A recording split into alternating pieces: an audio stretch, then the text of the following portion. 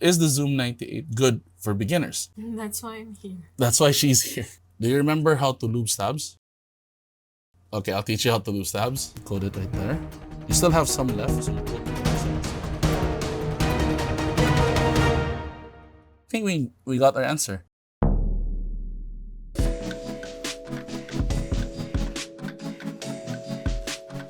Hey everyone, my name is Kevin. Welcome back to the channel. In today's video, we're checking out the Zoom98, the biggest, chunkiest, and newest big brother of the Zoom family series by Meletrix. Thank you to Meletrix for choosing me to be part of the enthusiasts who get to review this keyboard early, and to Zion Studios PH for assisting me in getting this keyboard. Priced at $179, the Zoom98 has awesome features that make any Zoom keyboard stand out in this mechanical keyboard hobby we have today. The Zoom98 is awesome to have in your collection, regardless if you like 60%, 65%, 75%, you can just consider this as the biggest keyboard you would have in your collection.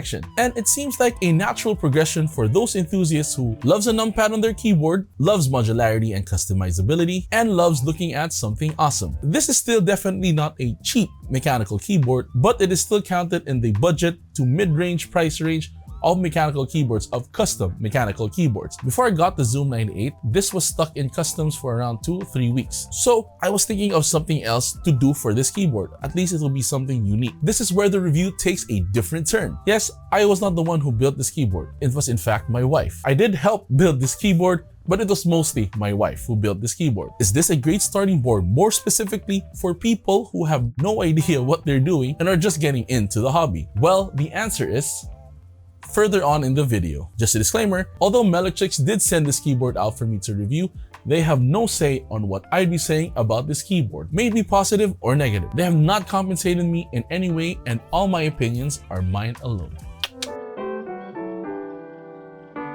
Before we continue with the adventure of how my wife did when we were building this on stream, first let's start with some unboxing goodness. Inside the box, we got an aluminum plate, which is an add-on, two 2250 milliamp batteries, a knob with the knob kit, the badge with the badge kit, a 2 keys kit,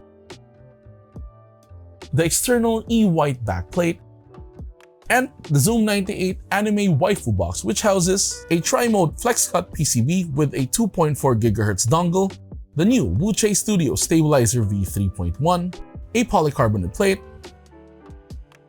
a whole lot of foam, a bunch of screws and some tools, a coiled cable, the gasket socks, and 2 sets of case feet in black or white, and the piece de resistance, the Zoom98 in cyber yellow.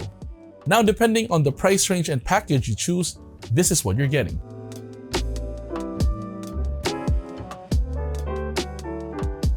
The Zoom98 I got is the Essential Edition in the cyber yellow colorway. Funnily enough, I named my Zoom75 Lux, and I'm using GMK Lux for this build. Serendipity? Coincidence? Or did I just call it? I think not. Give me a very nice name for the Zoom98 that is a GMK set in the comment section below. Now, check out how pretty this keyboard is.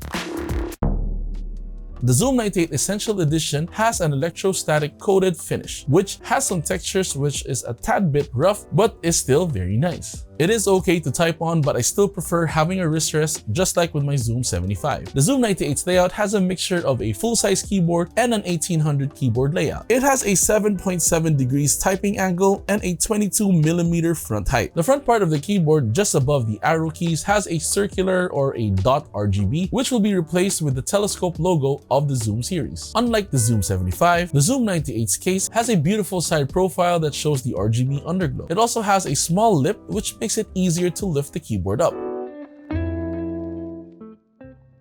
Just like the Zoom75, Meletrix gave us enthusiasts multiple case colors and finishes, 9 external weights, 9 knob options, and tons of badges to choose from. The modularity of the Zoom75 was brought to the Zoom98 as well. You can build this in any way you want, either with having a knob, additional keys, a badge, or just a plain LCD screen, which looks really nice. Just like the Zoom75, we opted to use the screen as it looks way better and has more fun use to it. Look here, there's a dog running. Unfortunately, because of how long it took for me to get this keyboard, thanks to our amazing customs here in Cebu, I did not have ample time to test the battery. Despite that, I think I can safely assume that because of its two 2,250 milliampere batteries, this will last a relatively long time, especially if you turn off the RGB. The PCB I got for my Zoom98 is 1.2mm thick, is hot swappable, has flex cuts, has tri-mode support, and supports multiple layouts to choose from. It supports a lot of layouts, but unfortunately not the 7U spacebar. Just like the Zoom75's PCB, the Zoom98 is VIA compatible as well. For Bluetooth, I did test it out on my iPad and it worked amazing. And for the 2.4 GHz mode, I did test this out on Valorant. As you'd expect, it does work really well, but for me, the size is too big for FPS games. That's really up to you,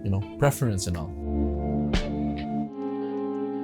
Now that we have all of that out of the way, let's talk about my wife Claire and how she did during the stream. We were planning not to stream, just like let her build this, but she insisted. Me? Yes, you did. Yeah, you said like, no, I want to stream. No, I did no, she did not. Claire has never built a mechanical keyboard by herself in ever. All the keyboards that she's ever had has been built and modded by me. This time around, I asked her to build the Zoom98 for me, but in reality, it is ours, so she can use this whenever she wants. I did help her out, but I wanted her to fully experience the keyboard building process. We started with the stabilizers. Okay, make sure that this has enough lubrication. Don't laugh. I got it in. Good job. To be honest, I've always thought that enthusiasts with smaller hands would have an easier time modding a stabilizer, but I was definitely wrong. Although the number of stabs we had to do did not help, which is certainly a lot for a first-timer. I ended up helping her in the end just to hasten the process, but y'all know how long I take to mod a stabilizer because of how small stabs are and how big my hands are. Claire did start screwing in the stabilizers, but I had to step in as Claire was having a hard time because of how she was afraid that she might break the PCB or break the stabilizers. We then had to check the stabilizer's feel and sound. Once we determined that it was all okay, we then added the aluminum plate instead of the polycarbonate plate. For keycaps, we are using the GMK Lux as I mentioned earlier in the video. For the switches, we are using the ACO CS panels that was sent to me by ACO. And speaking of switches, check out our channel sponsor, Keepzilla. Keepzilla is your one-stop shop for switches, lube, and keyboard accessories such as keycap pullers, switch pullers, and a whole lot more. Check out the link in the description to get your keyboard enthusiast needs. Thank you to Sir Charles for always supporting the channel. Claire told me after the stream that she was a bit hesitant to put the switches in the PCB, but eventually found the groove after a few switches went in, which is pretty good. We then added the gasket socks and prepared the case. The case was really straightforward to open up. You only had 8 hex screws that you need to remove. I did show Claire how to do this and she did the 3 bottom parts as well. The only part that was a bit of a hassle was when I had to remove the top 4 screws, which needs you to use the hex screwdriver Meletrix provided you, which is really small and really thin as well. We then had to remove the internal weight to add the 2 batteries and the external backplate. This was the part when I fully stepped in to build the keyboard. I noticed that she was already having a hard time, so I took over, and in fairness to her, she came from surgery, so she couldn't really carry the heavy parts as well. So yeah, I just stepped in because I didn't want to hassle her any further. She did, however, offer to put in the ribbon cable for the LCD screen module as, again, like the Zoom75, it beat me. Goddamn. 2 for the LCD screen, 0 for Kevin. But this part I opted to do myself as I thought it would have saved time. It didn't. Let it go. I do hope Meletrix can find a better way or a better solution to attach the LCD to the PCB, as adding the ribbon cable is a bit scary and also a bit hard, even for an enthusiast who has had experience like me. Once we placed everything back in, we added the rubber feet. Side note again, the rubber feet provided by Meletrix for the prototype units are a bit too loose. Don't worry, these will be fixed during the production run. Claire did the final touches by adding in the keycaps. And that's the build. Here's a quick sound test of the Zoom98 Essential Edition in the Cyber Yellow colorway.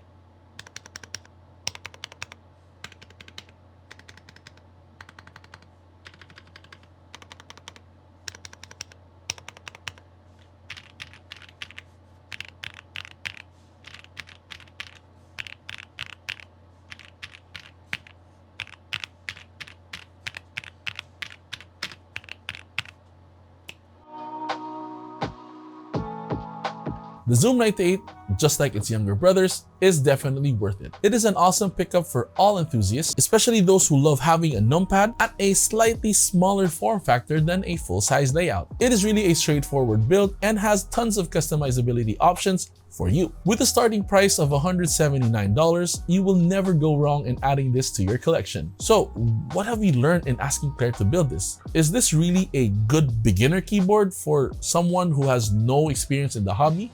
So it's not beginner friendly. I mean, it's not really like for someone new Maybe to someone the who hobby. has knowledge, prior knowledge to modding. Yeah. But if you have no experience, for me, it's too expensive. Zoom98 may not be the best option for beginners, especially those enthusiasts who are not even that tech savvy to begin with, nor have not tried building or modding a mechanical keyboard before. Now, should you not buy this if you're a total beginner? No, I think this is still a great purchase for you even if you're a total beginner. Again, it has awesome features, amazing build quality, and look how pretty the keyboard is. Just with that, that's already a win in my book. If this is your first time building a custom mechanical keyboard, then I strongly urge you to ask your friends who are already in the hobby, or if you know someone in the hobby who has experience in building mechanical keyboards, to join you so that they can teach you and guide you through the building process. I promise you that the build experience would definitely be way better than you doing this by yourself. Fear is definitely there, as there is a possibility in breaking the PCB, ruining a switch, cracking or destroying the stem of a keycap are all present. But if you build this slowly and not really rush it, then it will definitely lessen any kind of casualty for the keyboard. If you do decide to build this keyboard by yourself and have any concerns or any questions along the way,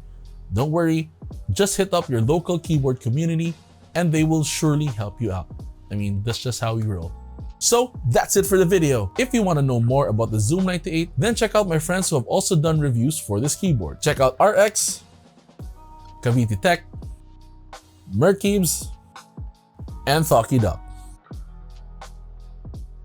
If you like this kind of content, make sure to subscribe to xaclainrecords and hit the notification bell to get notified on when my videos come out. Like this video if you liked it, and if you didn't, let me know why. Are you interested in a 60% mechanical keyboard priced at only $80? Then check out my review on the Acrylic 60 right over here. And how about a budget F-keyless mechanical keyboard with a screen and a knob and costs only $86? Well, check out my review on the EPO Maker Shadow X right over here.